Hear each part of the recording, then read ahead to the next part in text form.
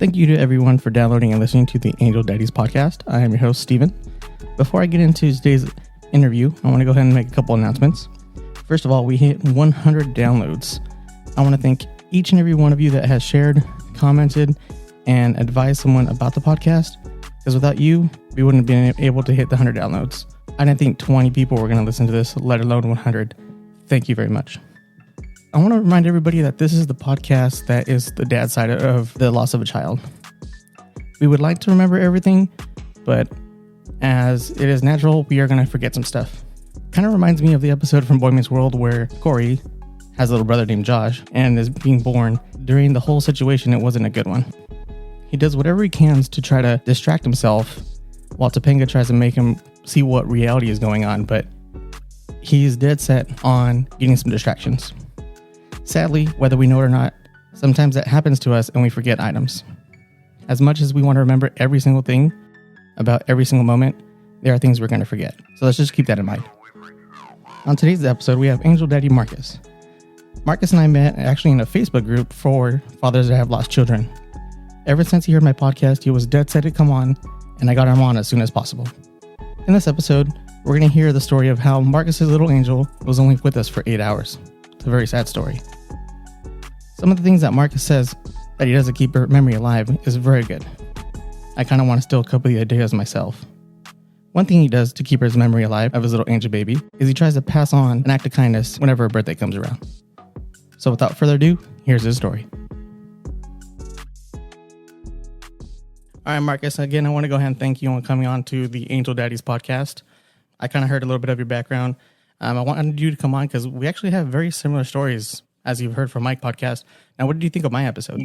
I really liked it. I really liked how in-depth you went, how you described the little things of the day, about how you had to go across the street so many times. Like, just those little things seem to stick a lot in your mind, and a lot of, like, little details, really. Yeah, it definitely seems like it's the little details that sometimes you remember the most, when it sometimes should be the bigger ones. I know in my podcast I said I didn't remember a lot, but those little details are really what stuck out. I wish I could remember more of it, but I don't know if it's just something psychologically and the way we're built, or like I was telling my wife during the podcast or after the podcast, I don't know if I don't remember because I don't want to remember, or if it's because my mind just blocks it. And I don't know if you're the same with your experiences with your daughter. Yeah, like talk to the doctors and stuff like that. They would tell me something and it just wouldn't stick with me. Like I wasn't noticing the word, like I wasn't fully listening to the words that they were saying, because ultimately they were saying that, you know, they did all that they could and there was nothing more that could be done. But just in the back of my head, I'm like, okay, so you guys are going to fix everything and it's going to be okay, right? Like, and so just like looking back now, like I can understand that the doctor was telling me the talk, you know? Yeah, and then definitely listening to your podcast, the one thing I really liked was the name of your daughter. Can you tell us the name?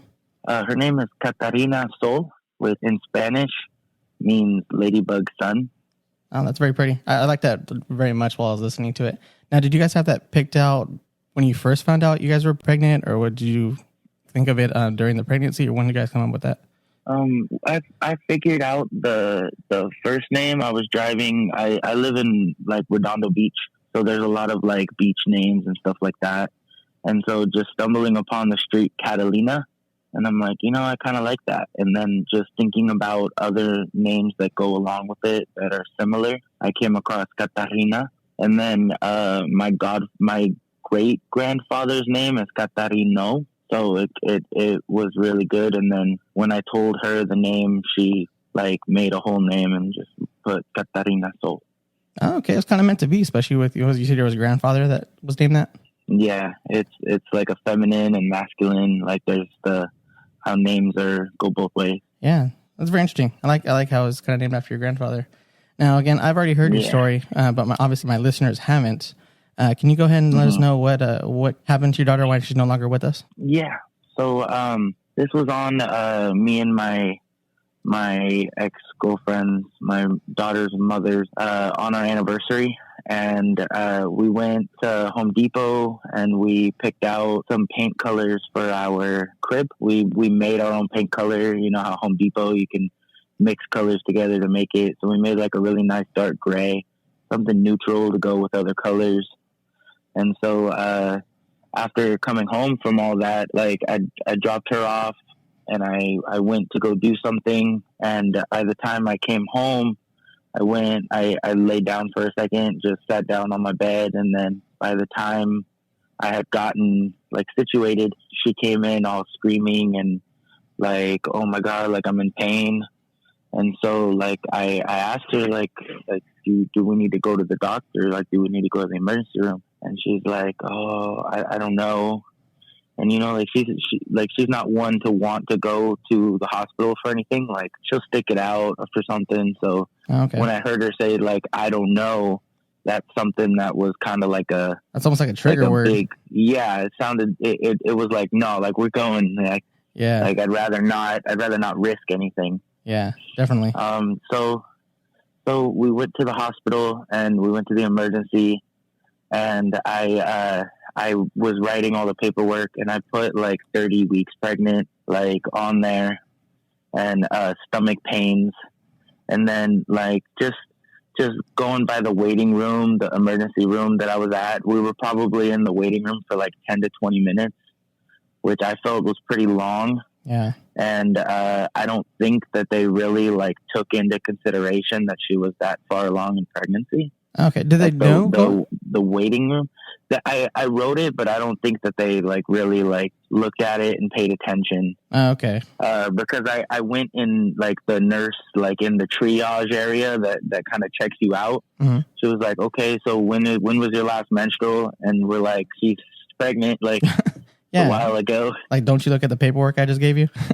Exactly. And so then like in the wheelchair, they wheeled us up to in our hospital. It's the 3rd floor, which is labor and delivery. And so they put us into like a little room for ourselves, and the nurse had a little heartbeat detector. Mm-hmm. And so she was like, okay, let's take a look. And so they took a look, and then they kind of said something like, oh, like I can't really find I'm having trouble finding it, you know, let me get another set of hands. Normally it gets caught that way.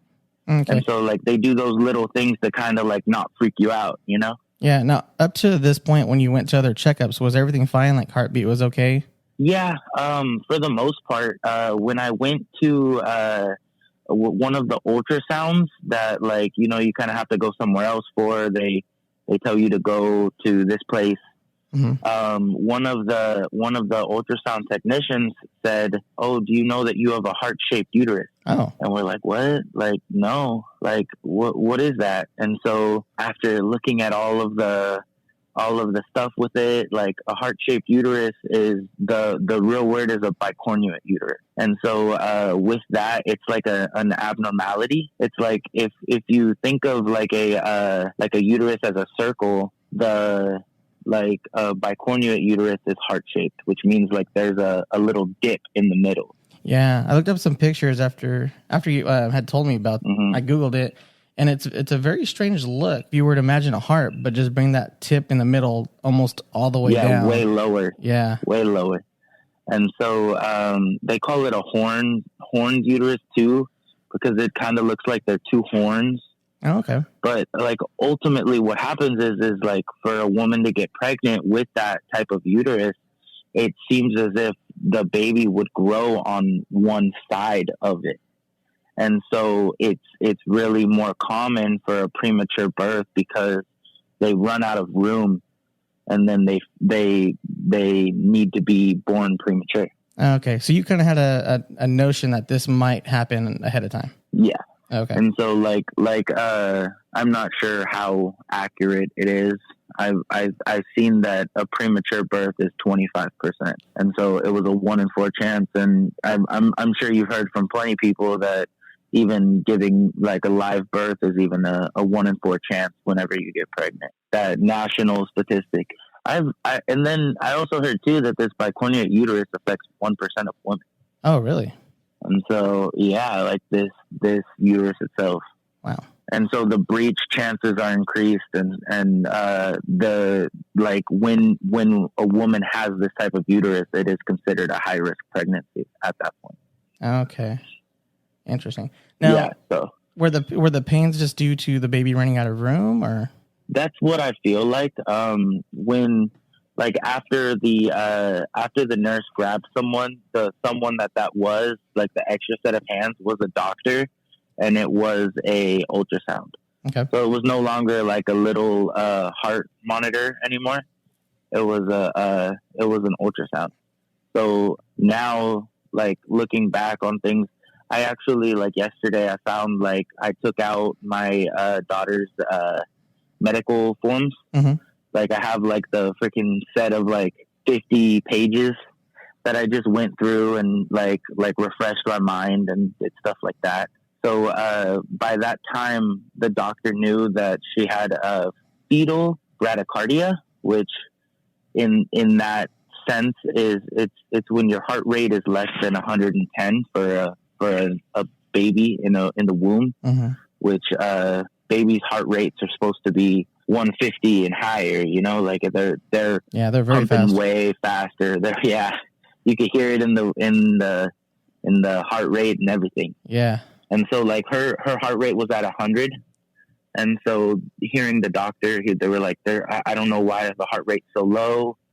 And so from there, they had it to where they prepped her for surgery. They gave her anesthesia. I got thrown a set of scrubs, mm-hmm. and went in the bathroom to change. And by the time I went out, like I can distinctly remember there was like 3 doors in the room. One of them was the nurse's station, and I can see the nurse like just eating an apple and like, "Oh, having a rough day, huh?" And I was like, "Yeah, for sure." Like this wasn't what I expected going into this. Yeah. And that's kind of a weird thing for a nurse to say. Like, she knows you're going into emergency surgery with possibly not a good situation, and she's just telling you an apple. I'd have been pissed. Well, here's the thing too: is that I wasn't allowed in the room because of the anesthesia. Uh-huh. Like, I think they were telling me that it would put her in shock, or it would overwhelm her, or anxiety, or there was a reason that I wasn't allowed in there. Maybe they knew the risks and they knew the chances and they didn't want to bring me in. I don't know. But like, I think like, because at that point there was a chair that was just right in front of the room, and I stood like 20 feet from the door where like that fate was being done. Yeah. So, I mean, like it was definitely the most powerless that I've ever felt. Yeah. And then for C-sections, just in general, because my son, when he was born, we had to have it C-section, and they don't let the dads in. I too had to wait outside, and I think it's just a sterile environment. They don't want anybody getting in the way just in case of an emergency. But yeah, even in a normal C-section, I had to wait outside. You know, you're bunnied up just like you were. You have the what they call the bunny suits, and you got the hat, and if you have a beard, you have it on your face. So that's typical normal for a C-section. Okay, yeah, that's good to know. Yeah. Yeah, I've only been emergency C-section, Gotcha. so I thought it was just for that. But it is good to know, though. Yeah. Well, even if it's not an emergency, it's still a scary situation. Yeah. Yeah. You know, your partner's having to be cut open to bring this life in.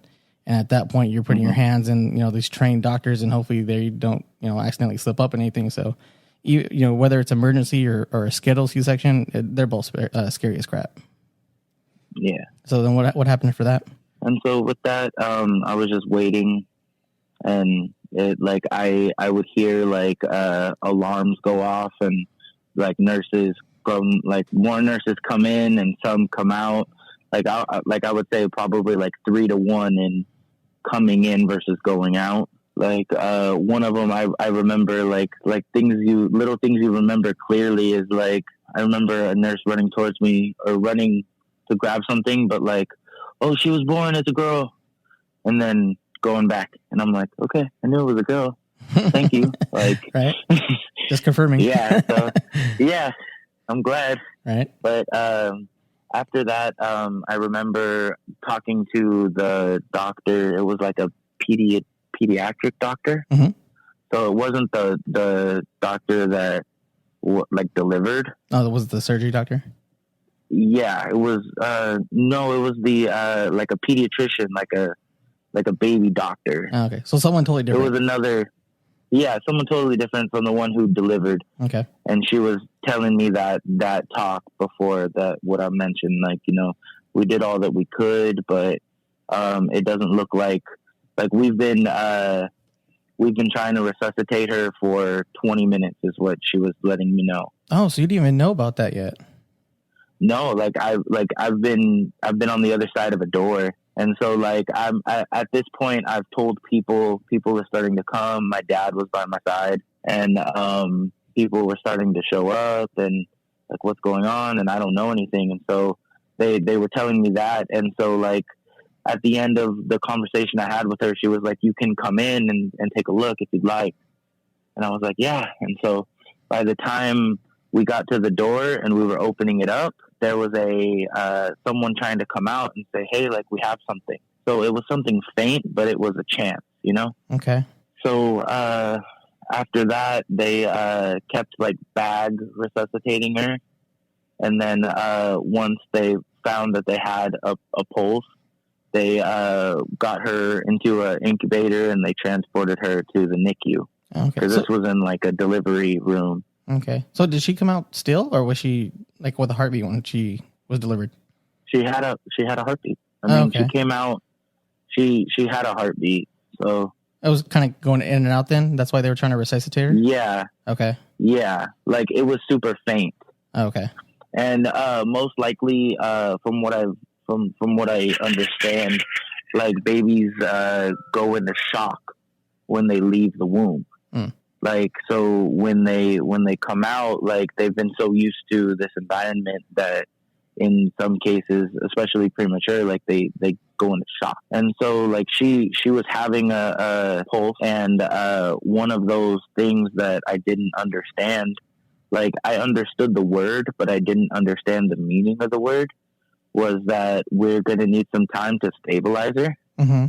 And, stabilize can mean a lot of things. Definitely. I understand you try and keep things stable, you can put things on the table's stable. Right. But I didn't understand the absolute meaning behind having to stabilize her. Mm-hmm. So I wasn't able to see her again for another 2 to 3 hours. Oh man, that's and that was the time where and that was the time where they were saying we need to stabilize her. Whoa. And so during that time, I was comforting my wife, who was in her own room because she just had surgery done on. Right. And taking time to eat. People were telling me eat, and I'm like, I guess. And so when I was finally able to go and see her, I walked into something I wasn't really looking forward to walking into. Oh, I bet. Because of the shock that they were experiencing, she was going through a lot of seizures. And so just out of nowhere, you would see her body move, and it was very very shocking to see. Oh, I bet. Especially with just I would imagine it's within a few hours, because you said you were waiting for 2, and then kind of going into mm-hmm. a room having high hopes, and then you just see your baby there convulsing, I guess, because they're having a seizure. Yeah. God, that's mm-hmm. gotta suck. I don't even know how you went through that, man. I'm so sorry. I mean, yeah, it was rough. I part of the reasoning behind of things too that I've heard as well is that my daughter's mother had a urinary tract infection. Okay. During during that, and so one of the doctors said that the infection had spread to the baby, and then from there her immune system couldn't fight it, and her lungs couldn't control the outside world. They couldn't make it. Oh, okay. Like they weren't primed to go ahead and kind of inhale and exhale. Yeah, and so she was on a respirator mm-hmm. to help her breathe, and so she was able to do it that way. But when I said before, she was being resuscitated with no oxygen for over 20 minutes.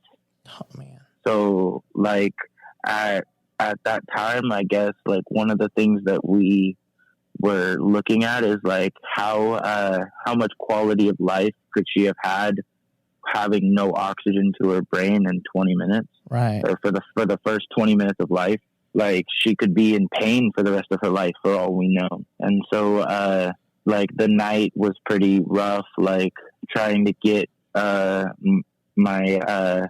daughter's mother, like, taken care of and making sure that she was okay, and then being there and visiting with my daughter. Now to this point, have you been able to hold your daughter at least, or no? She's just been in incubators and resuscitators? The only thing that I can do was not carry her, but like hold her foot, hold her finger, hold her hand, like rub her head, do things like that to make her feel like there were people around her that cared about her and stuff like that, to make her feel presence of someone else. Right. Let her know that her dad's next to her. Exactly. Yeah. And talk to her, make her feel more safe. Mm-hmm. We weren't like, while she was alive, we weren't able to hold her. Like, damn, we weren't able to pick her up, and yeah. Damn, I couldn't imagine not holding my daughter, because that was one thing that luckily me and her mom were able to do, is at least hold her. Yeah, and when everything was said and done, per se, mm-hmm. like we had our time with her, and we held her, and we had her baptized as well. Okay. And so, like, it was nice. We did it in Spanish for my daughter's mother, and in English, and we had our godparents with us. So it was nice. Yeah. Like I said, not being able to hold your kid for that long, whether it's a normal birth or something like our situation. Man, I couldn't do that. Mm-hmm. Looking like, especially when my son was born, like, if he wasn't in my arms within the first 30 minutes of breathing, I was about to be mad. Mm-hmm. So yeah, dude, that totally sucks. Now, during the time where it's just you and your baby's mom, when they were trying to resuscitate her, what kind of conversations were going on between you and her? I can't even. That's when things become blank. Okay. Like, I remember things that nurses were talking to me about. I actually do remember a talk that we were having. Like, well, I guess we're gonna have our baby for the baby shower. Oh, you guys haven't had a baby shower yet? No. So we were 30 weeks. So we were planning. Like, she was due on February 17th, and we had her on December 11th. Oh, okay. And the baby shower was January 14th. So we still had another month till the baby shower. Oh, okay. And so I was like, well, like, I guess we're just going to have her for the baby shower. Right. And so, like, that'll be people's first time meeting her, 1 month old. Yeah. And that was just the high hopes thinking about it, Right, yeah, that's what I was going to say. It's just the hopes that you're able to go ahead and show your daughter to everybody during the baby shower. I'm pretty sure both of you guys were like, it's no big deal. She's going to be fine. We're going to be able to take her home just like normal, just like any other parent would. Or even, worst case scenario being like, okay, well, she might have to stay at the hospital for a few days. I've heard of cases like that. But like, no one's ever been prepared for something like this. Yeah, and I don't think there is a way to be prepared for something like tragic, like, your situation here. And one thing that this has like taught me is like, like a pregnancy does not guarantee having a baby. Definitely. Like it just opened my eyes up to, like, the world is a lot more, like, real than what people make it out to be. And so, like, that was my like little bit of like, hey, like, here's the real world. It's not always rainbows and unicorns. Yeah, it definitely isn't, because especially when it comes to birth, all you hear is the successes. Like, oh, my baby came out like this. They were healthy, 10 fingers, 10 toes, good heartbeat, blah, blah, blah. And then stories like ours that don't get told. And, this is one reason that I came up with my podcast. You came up with your podcast, and some of the other fathers I've been talking to also. They're definitely wanting to get these stories out, so that way everybody knows it's not always rainbows and sunshine, and all these things happen almost every day. Yeah. Yeah, definitely. And with people hearing things about it, like, they'll be able to know like, hey, or even little like similarities between the two. Yeah. Like one thing that I find the similarities between me and you is, I don't know the circumstances between you, but for me and my daughter's mother weren't the best match. But I did find someone who is a great support system, someone who visits my daughter on a normal basis, someone that really cares about her, and even gets me to go over there when I'm not fully wanting to like be over there, because she is buried. Mm-hmm. And so I feel more so spiritual, like, like, why go over there? I don't even think she's over there, she could be everywhere. She's here already, she's Right. She's going to check on so and so. She's doing other things, Yeah, she's definitely watching over everybody. Yeah, and so like she'll get me to decorate on holidays and stuff. And so like she's a very big support system, and I feel like your wife is too. Yeah, she definitely is supportive of me and my daughter Cadence, and unfortunately, me and my daughter's mother weren't together so like much longer afterwards, and I can't remember what it was, but me and my wife were actually talking about that, and there's actually a pretty high number of people that split up after a child loss, and I don't know if it's just due to the grief that everybody is suffering, because obviously we grieve different than the mom does. I don't know if it's just due to the possible breakdown of kind of feeling that support from one another, even though, as you said in your podcast, and as I said in mine, like we do step up as much as we can, but there are those times where we go ahead and put up a wall, and then we don't want to go ahead and talk to people because we don't want to feel like we are not able to support our significant other. So there's definitely things like that actually kind of break down the relationship, and those things also happen, which sucks. Yeah. Like I said, like my daughter was born on December 11th, and I really feel like I didn't really start grieving until Halloween the next year. So 10 months later. And it was just more so because like I did have my time with my daughter's mother, but being a C-section, I was more focused on her being healed, like, having to help her with things that she needed. And then like I wanted to make sure that she was good. And then December 11th, I went back to work after New Year's. So I had like 2 to 3 weeks.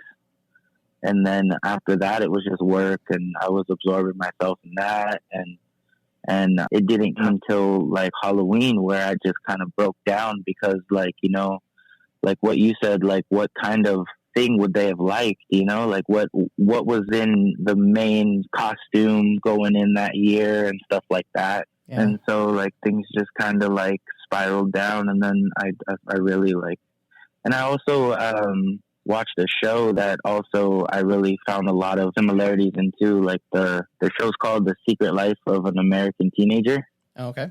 And from there, like those were like high school kids, and like something happened where there was like a high school pregnancy, and then there was scenes where like it was a stillborn. And so like it takes a lot of like it really took me away, but it was something that was really like vivid for me, and it made me feel less alone. Like someone thought about this.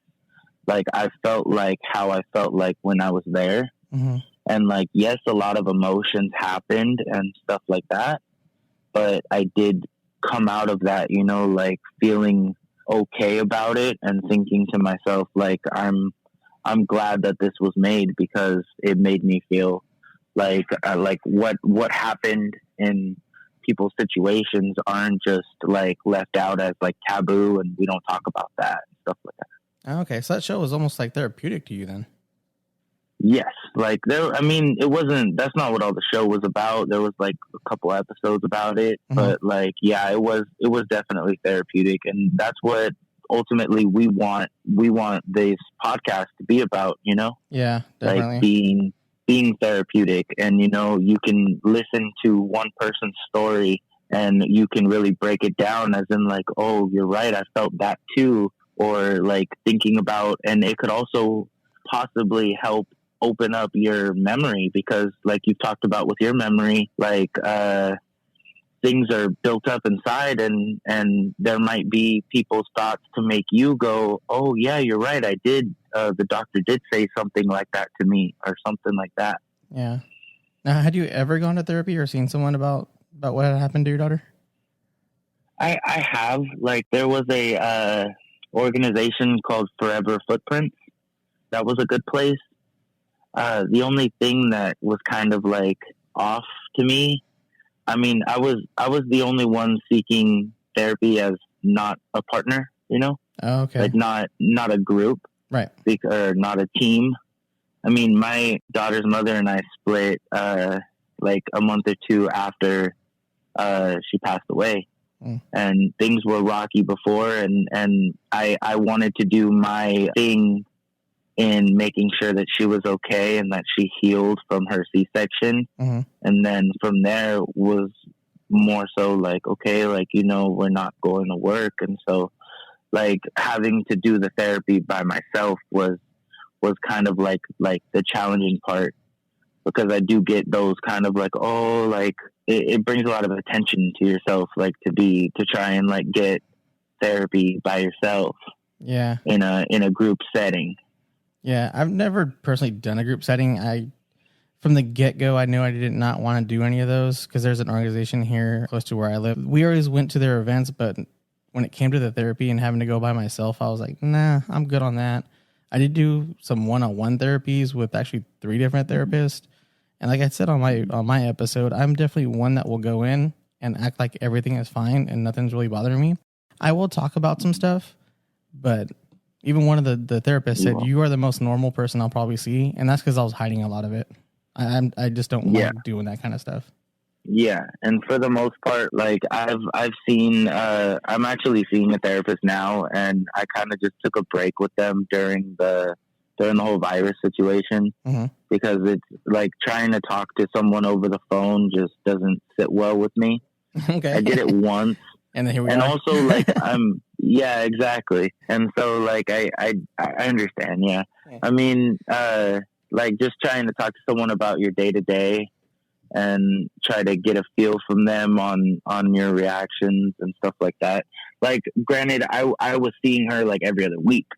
Oh. And so to go from being face to face to trying to talk to someone or FaceTime, it just didn't sit well.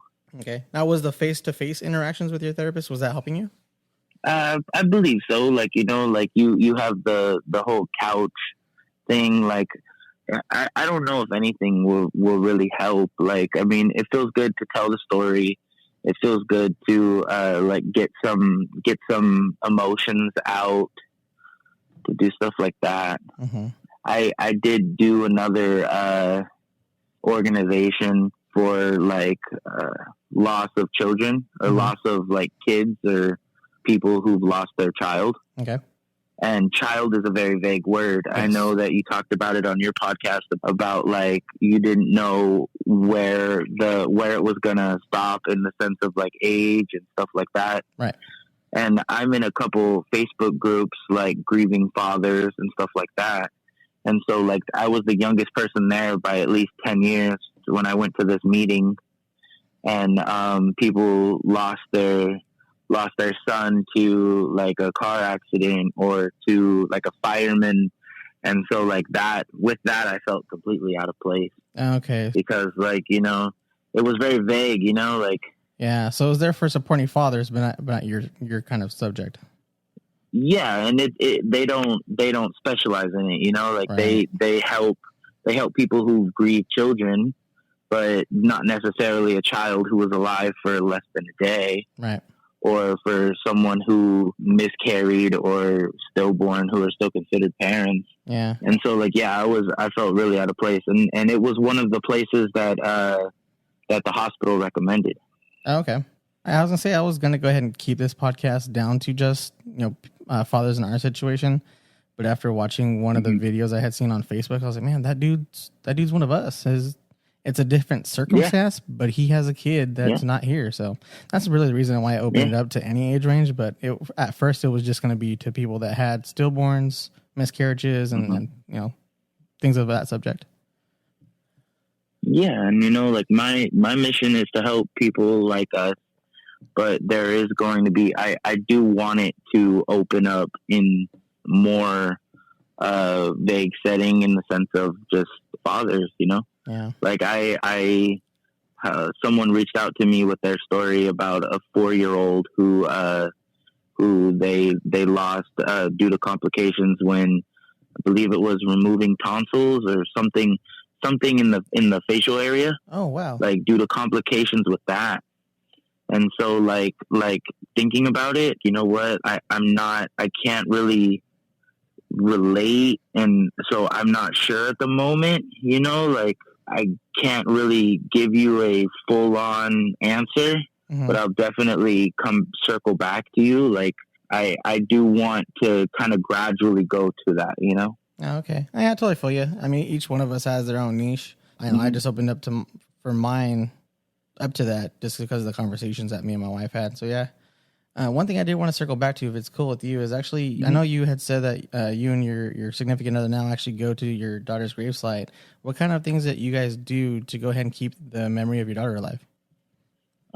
With that, I even just this last December, she would have been 3. So we went and I met with my daughter's mother, and the time that she was born, we did a balloon release, and to this day, like we have an ornament because it was in December. Like that's what it is. We have an ornament with the baby's bracelet, the emergency bracelet. Oh, okay. And so we switch off with that because one of my coworkers gave us like an ornament that just had the C for Catarina. Oh, okay. In a really, it was like a Daniel's Jewelers kind of ornament. So it was really nice. So we switch that off every year. And she's not the most stable person, so we haven't really switched off in the last couple of years. Both of you share that ornament then? Yeah, so we go back and forth with it. Okay. And at that point, it's just kind of like a trust basis, you know. Like I trust that I can get this back and stuff like that. I keep her alive. I have a tattoo on my forearm, on my inner arm. When she passed, we got a box that had like a bunch of great things in there, and they did it was like a felt shoebox, and so like one of the nurses was like an artist, and they did like a little ladybug on a leaf, and the leaf had a water drip, and on it in cursive it said Catarina, and it was really nice. Mm-hmm. And inside there was a little poem on it, and it read, "Little ladybug on my arm, you wear a heart as part of your charm. You joined me on this sunny day just for a moment, then you flew away." And so I have that, and in between the poem I have my daughter's footprints. And then I have like filler. I have like shades of like the sun and clouds and stuff like that. Oh. And then one day while we were at the beach, there was a ladybug that landed on my arm, and I took a picture of it. When I went back to my tattoo artist to put her name, the same font that it was on the box, to put that on my chest, on my heart. Mm-hmm. He was able to do that and then add a ladybug right where I took the picture. Oh, okay, that's cool. And one of the craziest things is, you know, like that's one place you'll never find a ladybug, you know, is at the beach. Like right. I was on the sand, and you know, with the wind and the breeze, like you won't find a ladybug at the beach. Yeah, no, especially because there's no greenery anywhere around there. So like, what is a ladybug doing at the beach? And then for your tattoo, exactly. Is it on your left arm or right arm? It's on my right arm. Oh, okay. And so like one of the things is that I put it on my forearm. I didn't put it on my bicep. And the thing is because I wear it on my arm, you know, anyone can ask me about it and right. I will tell them. I don't hide it or anything like that. Yeah, same here. I actually have my tattoo on my left forearm for my daughter. Huh. Yeah, mine is a cross, and then it has her name in cursive with some like roses going up it. And on one side, mm-hmm. it's a live angel wing for life. And then on the other side, it's a mm-hmm. dead angel wing for death. And then it has how long we were pregnant with her and her birthday on it. Yeah, it's interesting. We both nice. Have forearm tattoos of our daughters. And then I also have our footprints on my chest. And that's all I have there, though. Yeah, I made it a good thing to put the font picture of the way that they spelled it and everything. Like, I had my tattoo artist, like, he was like, I can make it look better. I can make it do this. And I'm like, no, like, the thing about it is the authenticity of it. Right. Like, I don't want it to be super good. Like, I want it to be raw and real, and to just be the original. So, yeah, I'll send you some pictures too of the box, the top of the box that I got, and then my tattoo and all that, just so you can take a look. Yeah, that sounds cool. I'll go ahead and send you mine also. It's very interesting. My story and your story are very, very similar. One thing I did want to ask, though, it's kind of a hard question, is if your daughter did not pass on, what is one thing that you would have enjoyed the most, or one thing that you've always wanted to do with your daughter?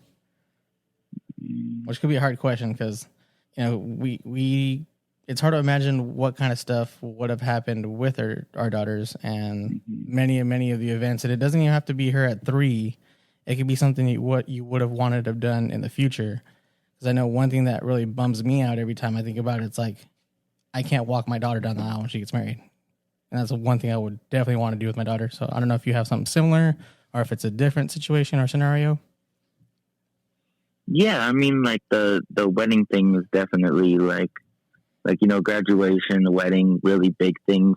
But I guess when you asked me, the first thing that came to mind was like Easter Sunday, because like a big thing is like dresses and stuff like that. Right. And that would be something that I'd really want to do, is like dress them in a poofy dress and stuff like that. But I mean, like the walking down the aisle, graduating college, having a baby, like being a grandfather for the first time, like those are things that are like kind of like without saying, like those are kind of like ones that come to mind like as like big events. Right. But I guess to take it small scale, it would be something like Easter, like having holidays where you can dress them up, and especially like Thanksgiving, Christmas, where you can see them grow and dress up and stuff. Right. And actually, I did this one year, and I tried to keep it going, and it's just kind of hard. Like my first year of having like my daughter's first birthday, I wanted to make it like a do something day where I need to keep myself occupied.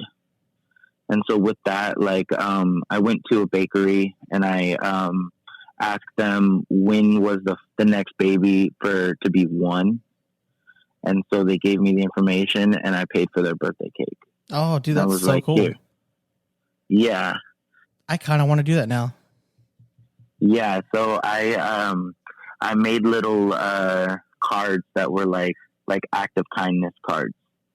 And so like I made something, like I want to grow from this, like I can't be down on myself because of it. I want to grow and I want to keep her name alive and I want to do things like that. Yeah. And so when Easter time came, I got a dress from a website and I put it up on Facebook Marketplace for free. And I said, here, like, this is an Easter dress free of charge. This is what my daughter's size would be during this time, given the time frame. The only thing that I ask is next year if you would either give it back or you would pass it on. And so I never got a response for like someone giving it back or passing it on, which is kind of hard to hear, like I wanted to do a nice thing and I did initially. I just wanted to keep on with it. Yeah. Dude, that idea that you had of going to a bakery and paying for someone else's cake, that's so cool. I think I might have to steal that on my next daughter's birthday. That's just an awesome idea. And also like just because my hospital that she delivered at was 10 minutes away roughly from my house, around less than 10 minutes away. Also during like my daughter's first birthday, I brought cupcakes to the labor and delivery ward. And so, and I also brought little like ladybug stickers, which some nurses put onto their little ID badge. Were any of the nurses the ones that were there for your daughter's birth? I did see a couple. I seen one that I remember really vividly. That she was the one that was telling me like the way it is, this is what's going on. And so like it was good to see her and stuff like that, and talk to her and be like, you know what, that time was one of the hardest in the time of me being here, because they go through a lot of I wouldn't say a lot of cases like mine or like yours, but like they, as much as good deliveries there are some that aren't, Yeah, there's definitely, for every 10 good births, they probably have one like mine and yours. I'm just throwing it out there. It's not a real stat or anything. I'm just guessing. Yeah, exactly. Yeah. We're not doctors. Yeah, exactly. We're not doctors. We're just two fathers that love our child, right?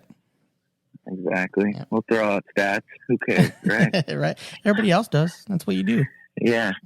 We'll just throw a fact check at the end. Like, yeah, no, this was all wrong. Yeah, I'll look that up afterwards. Exactly. Well, Marcus, I want to thank you again, man, for coming on. I'm going to give you a couple seconds here to go ahead and promote your podcast and any closing words that you want to do, man. Go ahead. Okay. I have my podcast. It's the Alone Together podcast. It's crazy. Like, I started it in March of 2018, just wanting to get my word out about my daughter. And I posted it on my Instagram, and I had around 400 views. And I tried to get some traction on it, and the people that I had lined up for it fell through. They kind of got shy and stuff like that. So it kind of stopped there. And so earlier this week, I wanted to jumpstart it, and I'm like, you know what? I have this time with everything that's happening with the virus. Let me try and jumpstart this back up. And then that's when you stumbled upon my post, and then we got together to do this. And so I do want you to be the first guest on mine, so that we'll be able to go back and forth. And then this will be a good stepping stool in our area. So yeah, it's the Alone Together podcast. It's on Spotify. It's on Anchor for the most part. That's where I made it. So if anyone would like to take a look, the full name is Alone Together, an Angel Father Story Time. Excellent, man. Yeah, definitely. Let me know when you're ready for me to come on, dude. I'm totally up for it. Yeah, I'm still in a development stage. It'll probably be in the next week or two. But yeah, for sure, I will definitely let you know, and we'll do it around the same time as now. Sounds good, man. Thank you one more time. I'm glad you came on. You weren't shy whatsoever, which is good, because I think that is going to be one of the hardest parts of getting fathers on. It's being able to tell the story. And I definitely appreciate you telling your story. All right. Thank you. Thank you for having me. I really appreciate it. I want to thank today's guests for coming on. I know they had to take time out of their busy day to come on the podcast and tell their story, and I greatly appreciate that. Thank you to everyone that has downloaded and listened to the podcast. If you can do me a favor, keep sharing the podcast. As well, if you are listening on Apple Podcast, head over to the review section, leave 5 stars, and leave a comment. This will help me out a lot. The Angel Daddy's theme song is Visions by Zero Gravity Music.